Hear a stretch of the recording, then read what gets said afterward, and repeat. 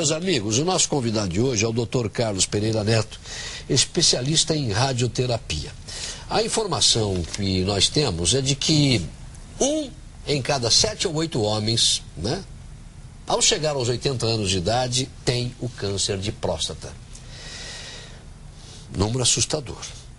Né? Muitas vezes por falta de conscientização ou até mesmo por certo preconceito. O homem às vezes não quer receber o toque, popularmente chamada de adedada. Não, eu não vou, né? Mas é um toque rápido e que pode valer uma vida, e vale uma vida.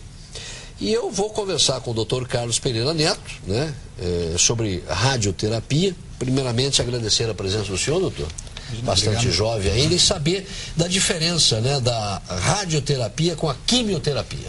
Bom, boa noite a todos. Muito obrigado pela presença. Bom, começando esclarecendo qual é a diferença entre os tratamentos.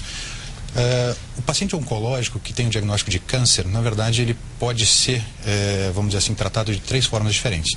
Com a cirurgia, pelo cirurgião específico, seja de mama ou urologista, no caso da próstata, ou de cabeça e pescoço, ou enfim, pelo oncologista clínico, que é quem faz a parte de quimioterapia, e pelo radioterapeuta. Então, essas 3 modalidades se compõem para fazer o tratamento do paciente oncológico.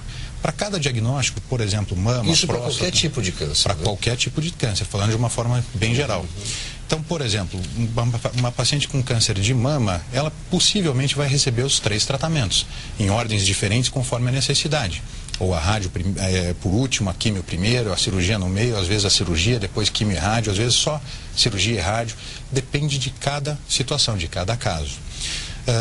Especificamente de próstata, o paciente ou é submetido a cirurgia ou é submetido à radioterapia. A cirurgia, em muitos casos, acaba resolvendo, doutor?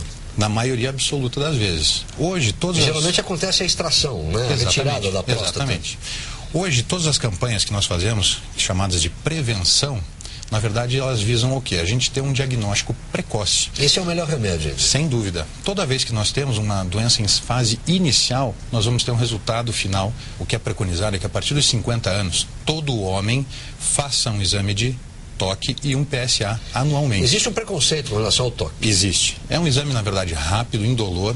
Obviamente que é desconfortável, mas eu costumo dizer isso a todos os pacientes que vão ser submetidos a esse exame, que o exame ginecológico, no caso da mulher, é muitas vezes pior. O toque muitas vezes não leva mais do que 20 segundos, mais do que 10 segundos, quer dizer, é uma coisa realmente, 10 a 20 segundos no máximo. Né? Então a gente tem, como eu já falei, um procedimento indolor, nesse rápido. Toque o médico consegue diagnosticar o quê? Perceber o quê? Se a próstata está dura, enrijecida? A gente vai... A próstata... Ela tem que estar como? A próstata, ela é um... se a gente pudesse fazer uma analogia, seria algo parecido com uma bolinha de borracha. Uma bolinha de borracha. Então ela tem uma textura que a gente chama de fibroelástica, ou seja, ela é rígida assim, mas ela é amolecida ao mesmo tempo.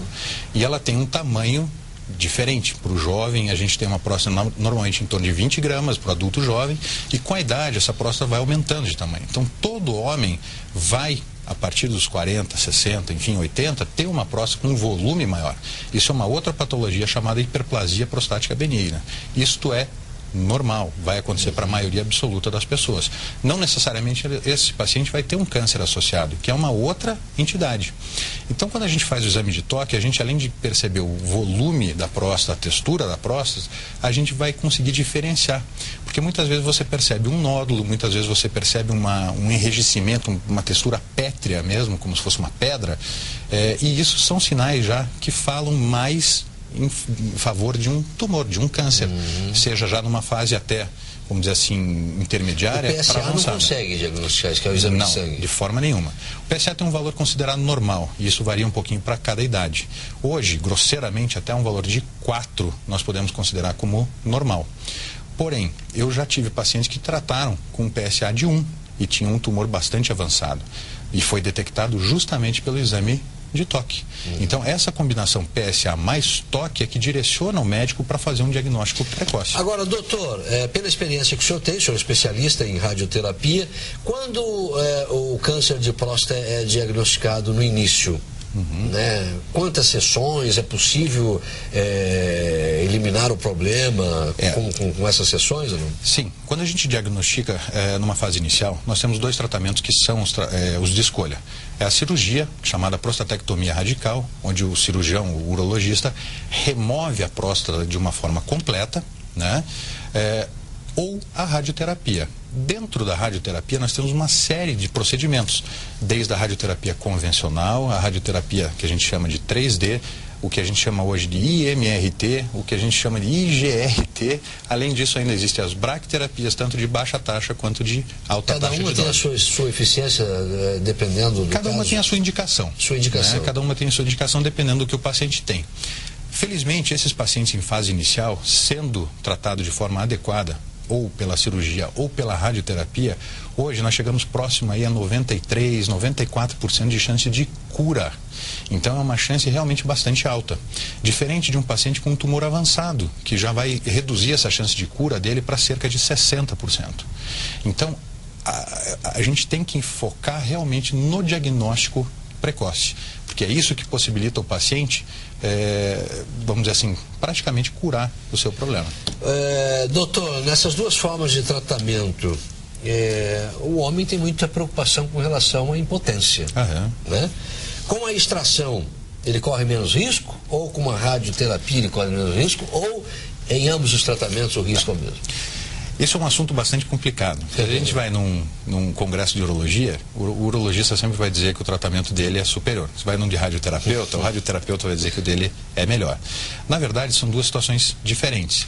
O que a gente vê hoje para um paciente de tumor inicial, como a gente estava conversando, quando você faz uma cirurgia radical, você tem uma chance bastante alta de causar impotência e incontinência. Isso pode chegar, em alguns estudos, até 50% de chance, que na minha maneira de ver é uma chance realmente altíssima. Quando a gente fala em radioterapia externa, a gente tem algo aí próximo de uns 30%, 35%, que ainda é uma chance alta. Porém, um paciente inicial pode se beneficiar de um tratamento chamado braquiterapia, que é o implante de sementes radioativas dentro da próstata. É um tratamento em uma sessão, bastante tranquilo, assim, do ponto de vista de execução. E esse paciente, a chance de vir a ter alguma complicação de impotência é bastante baixa, né? Isso eu diria que é inferior aí a 10%. Então, para esse tipo de paciente, desde que ele tenha uma próstata com tamanho adequado, tenha todas essas outras características que se enquadrem para esse tratamento, seria, na minha opinião, o tratamento de escolha. Doutor, a pergunta deveria ser dirigida mais a um urologista, sim, mas o senhor deve ter conhecimento, já que o senhor está nessa área, não é? O câncer, ele se manifesta de que forma? Não existe sintoma nenhum? Ele causa impotência quando ele se instala ou não? É uma boa pergunta. Na verdade é assim, Carlos. O câncer de próstata é uma doença bastante insidiosa, tanto que muitos pacientes só vão descobrir aos 60, 70, às vezes 80 anos, porque um médico, por algum motivo, o cardiologista, o geriatra, ou outro especialista solicitou um PSA e descobre um PSA de 20, de 30. Ele é silencioso, então. E ele nunca teve queixa nenhuma urinária. Então, o câncer em si não vai causar impotência, o câncer em si não vai causar algumas alterações nesse sentido. Porém, o aumento da próstata, como a gente falou anteriormente, pode causar uma série de manifestações urinárias. E muitas vezes o paciente vai procurar o médico urologista em razão disso e acaba detectando um câncer de próstata. Então, não foi o câncer que causou o sintoma. Foi Ou seja, não vai muito ao banheiro, vai com excesso? Exatamente. Quais são os sintomas que a gente costuma ver da hiperplasia, né? O que a gente chama de noctúria, o paciente acorda várias vezes à noite para urinar. Doutor Carlos Pereira Neto, deu uma enrolada aqui em relação à questão da idade. A gente está dizendo muito aí que o câncer, que as pessoas, os homens que chegam aos 80 anos, né? 1 em cada 7 ou 8 vai ter o câncer, né, aos 80 anos, mas isso não significa que o jovem de 35, de 40, não tenha que se submeter a esse toque. Exatamente. Não pode esperar, ficar achando que, porque eu não tenho 80, vou deixar ele de lado. O que é preconizado é a partir dos 50 anos. Porém, quem tem um caso na família de um parente de primeiro grau, como pai, ou avô, ou um tio, com diagnóstico de câncer de próstata já deve fazer um pouquinho antes, em torno dos 45. Eu já atendi alguns pacientes jovens que vieram em busca de opinião, enfim, para definir qual seria o melhor tratamento para eles, com 42 anos. Foi o mais novo, o mais jovem que eu atendi. Mas hoje eu tenho visto que na faixa dos 40 tem crescido de uma forma bastante grande. O exame, né? É. Não tem nada você fazer uma piadinha, mas não deixe de fazer o exame. E até muitos pacientes preferem que seja dessa forma, porque eles se sentem mais descontraídos. Os homens eles fazem essa brincadeira, alguns amigos, né, que vão se submeter ao exame. Hoje me apaixonei por um homem, pelo médico, né? Mas que bom que seja assim, dessa forma de brincadeira, de piada, né? A gente tem os humoristas também que fazem, mas que seja uma forma de incentivar que cada vez mais homens possam se submeter a esse exame. Nós médicos, na verdade, temos que agradecer as oportunidades como esta que surgem para que a gente possa divulgar e informar a população o que deve ser feito em relação a isso. Até para tirar esse mito, vamos dizer assim, do preconceito e de tudo isso que existe em relação ao exame de toque, em relação à sexualidade, em relação à potência, impotência, incontinência, todos esses problemas que podem ser causados pelo tratamento também. Então, é importante que o paciente procure o melhor para ele, né? Quer dizer, vai e consulte vários médicos às vezes para se sentir seguro e poder tratar de uma forma adequada. Doutor, nós temos aí mais um minuto, né? Quer passar aqui algum site, de repente alguma pessoa que tenha curiosidade de saber ou que queira mais informações sobre a radioterapia, né? A própria pessoa que já esteja cometida da doença, já está no vídeo, então o site é esse aí mesmo, não, doutor? É isso, é esse mesmo, esse é da clínica onde a gente trabalha no Hospital Angelina Caron, fica junto ao complexo hospitalar Angelina Caron. Felizmente hoje nessa clínica nós dispomos de todas essas armas que eu citei, terapêuticas, o IMRT, a radioterapia conformada, a braquiterapia tanto de alta e baixa taxa, e agora em março a gente deve começar a fazer o IGRT, que é uma técnica um pouquinho diferente, vai permitir diminuir o número de dias de tratamento, porque nós teremos uma tomografia acoplada ao equipamento de radioterapia. Isso faz com que eu consiga localizar a próstata com um erro de até 1 milímetro que a gente aceita. Então, como a próstata tem um posicionamento, uma movimentação diária em razão do reto, da bexiga, quer dizer, a gente fazendo esse controle com a tomografia diário, você consegue reposicionar ou localizar melhor o teu planejamento. Isso permite você fazer uma margem muito reduzida.